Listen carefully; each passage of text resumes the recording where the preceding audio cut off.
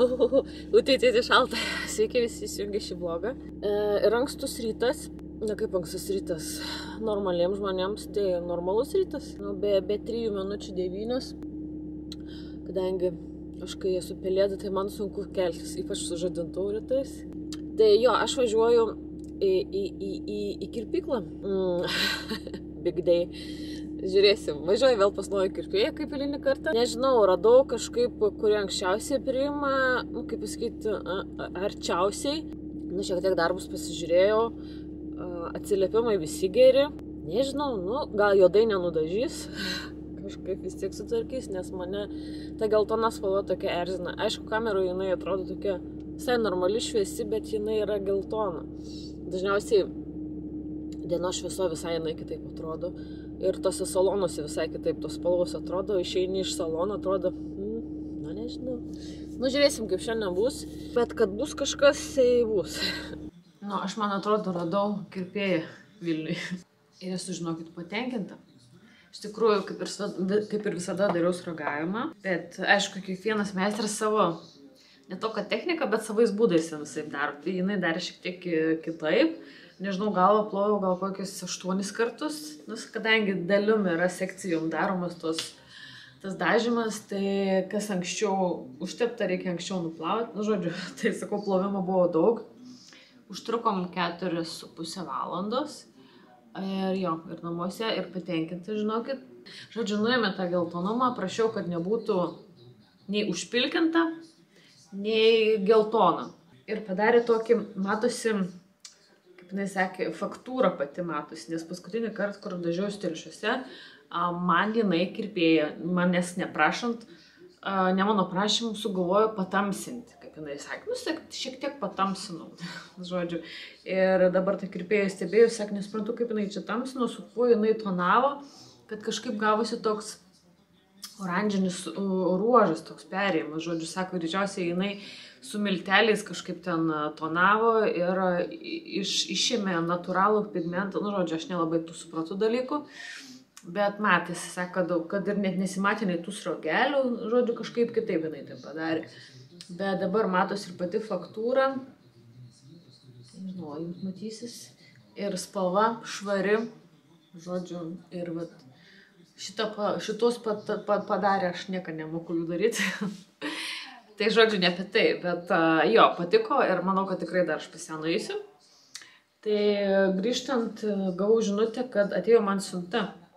Nelabai kažko laukiau ant šių dienų, bet pasirodo, aš gavau siuntą iš ko daugiau, iš Sheino.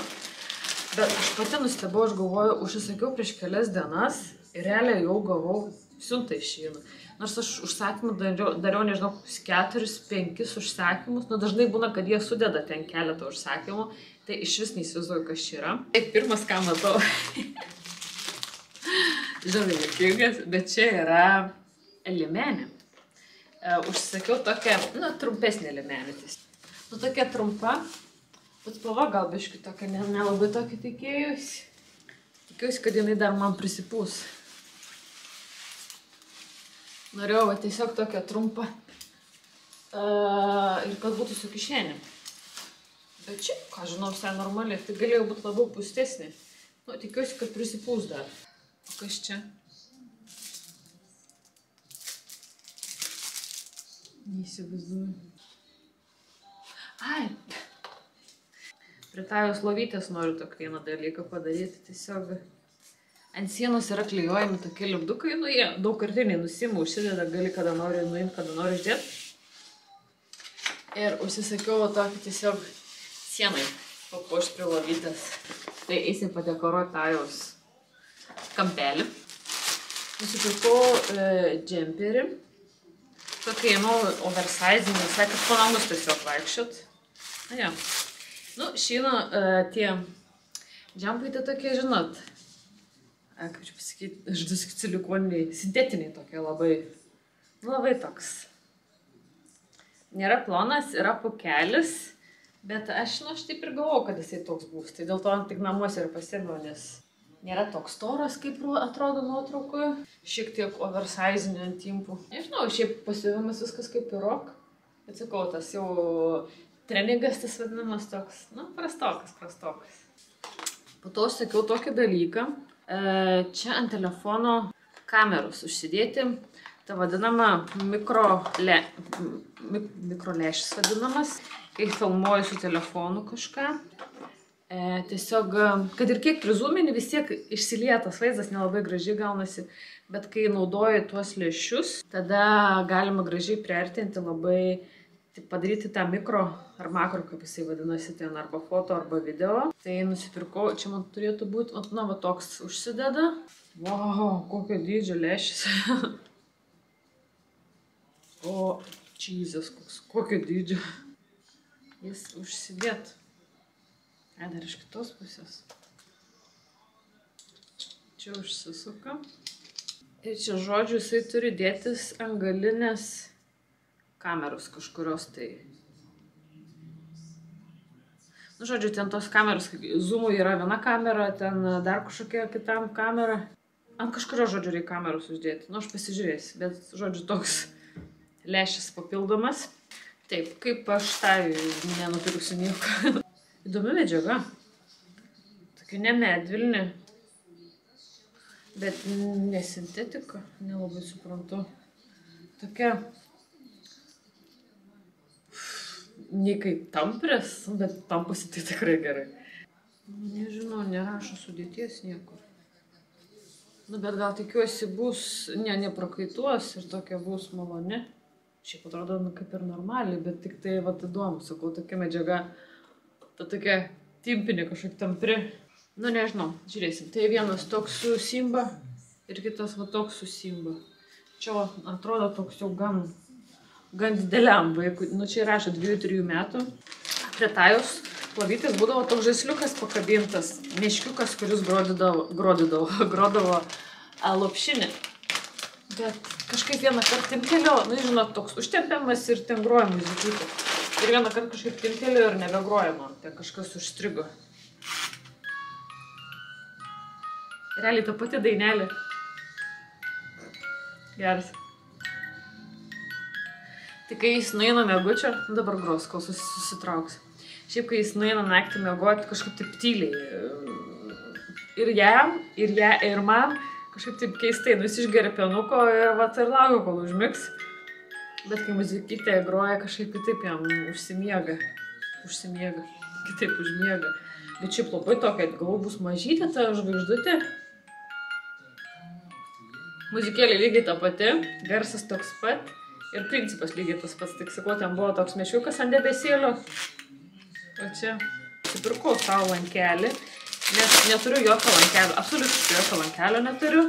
Tiesiog, kad dažantis, kad nu, nekristo į akis, nes dažnai reikia susisiekti tais sagtukais, o čia va toks. Biški mandresnis kažkoks. Ir jis toks minkštas, paprastas. O, matuks, ar man tilps? Gal ir tilps, bet ilgai nepanešiočiau, nes kažkaip labai jau toks atrodo spaudžiantis. Pasėmiau dar tokį sagtuką ant kodo. Šiaip tikėjaus bus gal didesnis. Kodas susiriši ir va taip ir tiesiog užsisegi ir gaunas toks bantukas. Nu, mergaitiškai. Bet, normaliai. Čia toks kaspinėlis. Va, čia iš vienos pusės ir iš kitos pusės. Ir tai paėmiau tiesiog žaisliuką va tokį lėktuvėlį. Jis kažkaip turėtų šviesti ir važinėtis. Nu ką, aš vėl mašinoj. Vėl važiuoju. Ir važiuoju sutvarkyti nagų. Rytoj vėl važiuosiu. Žodžiu, šią savaitę važiuoju. Taip, galvoju, šiandien reikėtų padaryti tą jau tą kampelį su tais lipdukais. Tai pasižiūrim, kaip čia man seksis.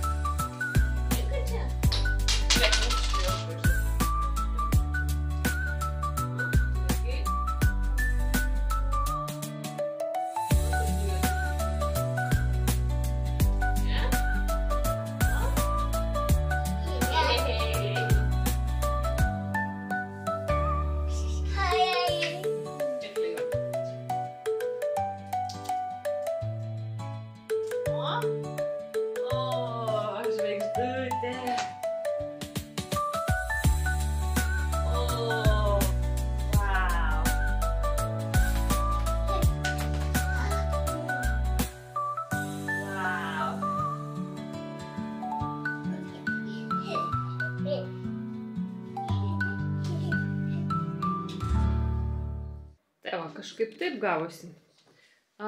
Iš pradžių galvojau, kad šitą pagrindinį meškiuką kabinti virš galvos tiesiog, gal tai būtų ir geriau, bet galvoju, Tajus gulėdamas jis tikrai nematys to meškiuko, o čia bent jau šonu pasukęs galvytę, galės tą meškiuką žiūrėti. Aišku, kiek jisai čia žiūrės, kiek jam įdomu, nežinau, bet tiesiog, kad būtų taip ir norėjau, kad būtent vienas bent jau debesėlis į kampą sueitų. Ką tu, meistrelį, darai čia? Ir šiaip galima perklijuoti, nes jis labai, tie lipdukai labai gerai nusiklijuoja, bet labai stipriai laikosi. Tai prasme, labai stipriai prikimba ir tikrai čia sunku bus nulupti, pavyzdžiui, Tajų, nes taip kaip ant stiklo tiesiog prilimpa. Bet šiaip nuimti, sakau, lengva, nes nuiminėjau kelias žvaigždes, tai labai lengvai nusima.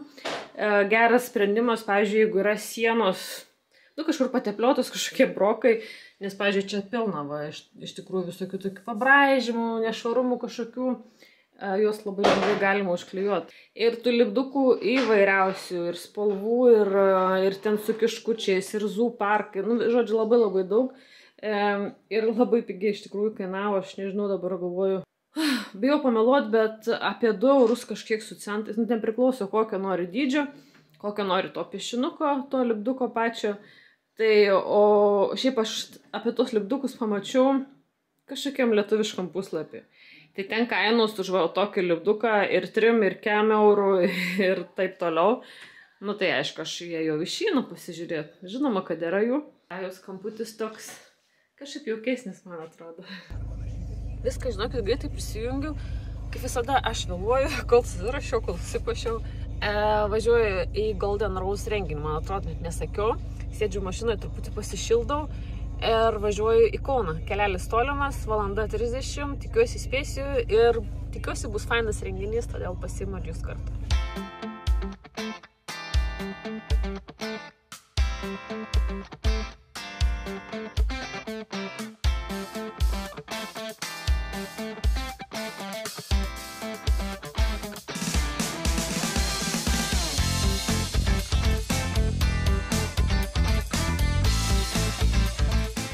Ką, aš jau po renginiu ir sukau į degalinę, kavikės, nes iš ryto išlėkiau. Atsikėliau 8, nes reikėjo 9:30 išvažiuoti, kadangi grubiai tai 1,5 valandos iki Kauno. Nesakiau, man atrodo, kad Kaune, žodžiu, iki Kauno. Ir galvoju, čia susiruošiu, neskubėsiu. Žinokit, plaukus, tai paskutinį sekundę, vos ne kažką biškį putų užsėdėjau, susifenavau ir tiek net nepasirodžiau, nei kaip čia susiruošiau, ką ruošiausi ir taip toliau. Nors planai buvo pasirodysiu visą tą pasiruošimą. Ne, man sakau, visada nesigauna, jeigu jau suplanuoju mintise visą scenarijų, tai realybėje to niekad nesigauna.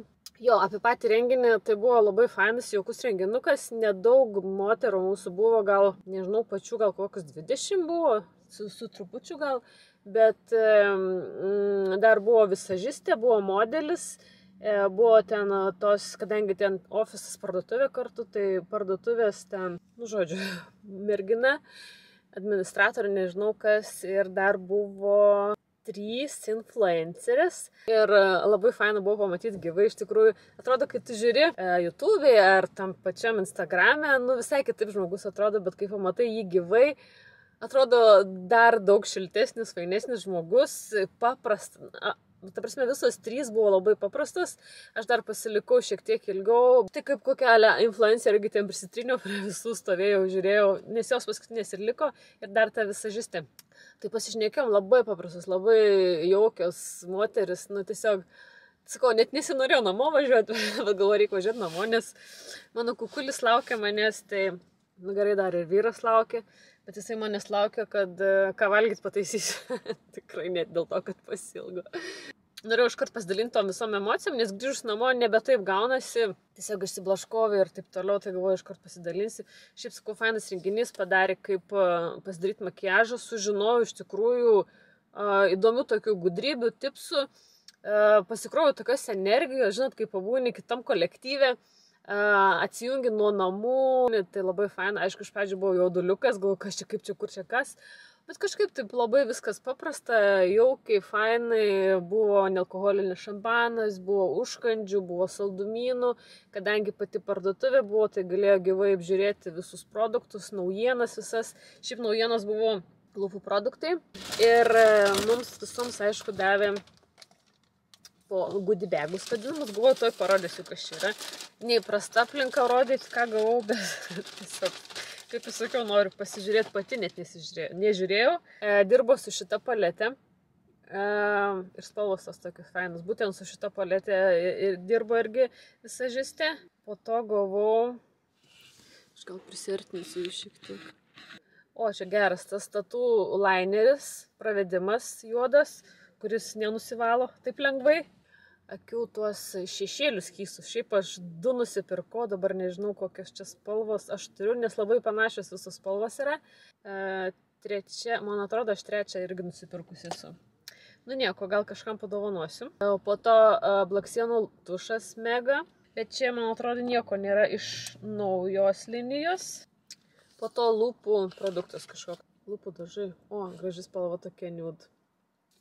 Stick Foundation. Toks stikas. Ir kas čia yra žalios spalvos tokios salotinės akių pieštukas. Ir dar aišku, kaip aš neprisipirksiu, prisipirkau dar visko papildomai. Iš tų produktų, ką naudoju tą visažistę ir kas man patiko. Bet gal tada jau parodysiu namuose. Dar vienas maišelis. O dabar pasidalinau įspūdžiais, parodžiau, ką gavom dovanų. Bet tiesiog man patinka va tokie renginiai. Kai kažką naujo sužinai, su kažko susipažįsti, kitokią aplinką pakeiti, tai buvo labai faina. Gerai, o dabar važiuojam namo. Nu, jau pavirtau pelenį iš princesės su naminiais rūbais, sėdžiu namuose ir galvoju, parodysiu tada, ką aš nusipirkau dar iš ten. Ką dovanų gavau rožę, tada parodysiu, ką aš dar nusipirkau, kadangi tikrai patiko. Produktai kaip atrodo, kaip dengiasi, kaip sklaidos ir taip toliau, tai galvoju pasimsiu ir aš. Nuo ko pradėsiu? Pradėsiu nuo bazės. Šiaip aš nelabai mėgėjau tų bazių tokių, primerių kaip jie vadinasi, bet labai rekomendavo, todėl kad labai gerai išlygina odą, užblurina, visas poras paslėpia ir paruošia toliau makiažo produktams. Tai labai gera makiažo bazė, sakau, tokia palieka kaip šilkinė tiesiog oda. Antakiam šitą produktą labai visi rekomenduoja, geria. Aš nesu mėgėja tų antakių klijų, kaip čia, nu jo, antakių klijai, nes nemėgstu, kai sulimpa plaukeliai ir jaučiasi toks, tikrai nepatinka tas jausmas. Bet čia bent jau rašo, kad nelimpantis, vandeniu atsparus, labai gerai sufiksuoja, užfiksuoja ir laikosi. Tai nusprendžiau pabandyti yra šitą.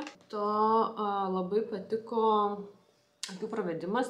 Šiaip aš jau turiu, bet aš man atrodo iš Gošo turiu tokį mažą, bėra likęs lašelis, tai ar taip būtų reikėję pirkti. Ir paskutiniu metu naudoju rudą akių pieštuką pravedimą, tai čia irgi nusipirkau rudą. Taip pat labai minkštas, lengvai sklaidosi. Čia dar naudoju skaistalus, tokie labai gražus skaistalai. Buvo įvairiausių spalvų, bet irgi pabandėm man ant žando, tai rekomendavau būtent šitą spalvą. Čia spalva yra 105 Smart Chic. Ir tada iš naujos kolekcijos pasėmiau. Šitą lūpų kombą darė jinai ant modelio. Čia yra tas, nežinau kaip čia lūpų blizgis, lūpų tokie atskisti dažai. Ir spalva jo yra 203. Tokia labai skani spalva ant lūpų atrodė, labai gražiai blizganti. Ir toks lūpų pieštukas, spalva yra 03 Rosy Beige. Ir dar pasėmiau iš naujos kolekcijos lūpų dažus, bet jie tokie labai blizgantis, kaip čia pasakyti.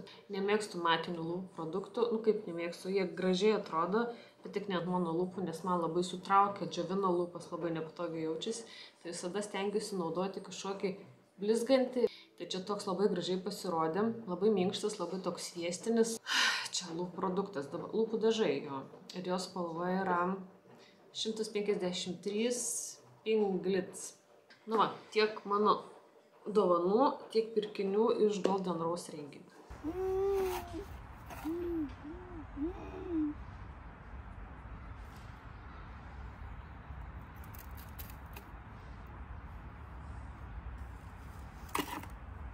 Išėjome parkelį pasivaikščioti. Buvom nuvarę iki Lidlo apsipirkti. Jau antrą kartą, man atrodo. Kai nuvažiavome į Lidlą, tokia moteris stovi prie durų. Pirmą kartą jinai nieko nesakė. Dabar ėjom su tajom vežimuką, tik tiesiog pasimti, prekių vežimėlių pasimti. Ir jinai priėjo iš karto, sako, ar gali duoti pinigėlių ant maisto. Tai sakau, žinokit, aš grynųjų neturiu. Sakau, tai galim eiti, aš nupirksiu jums, ko norit. Ai, ne, tada nereikia.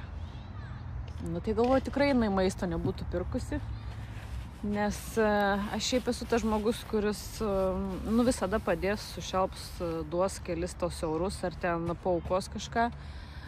Nes, iš tikrųjų niekas nežinom, kada mes galim atsidurti tokioje situacijoje.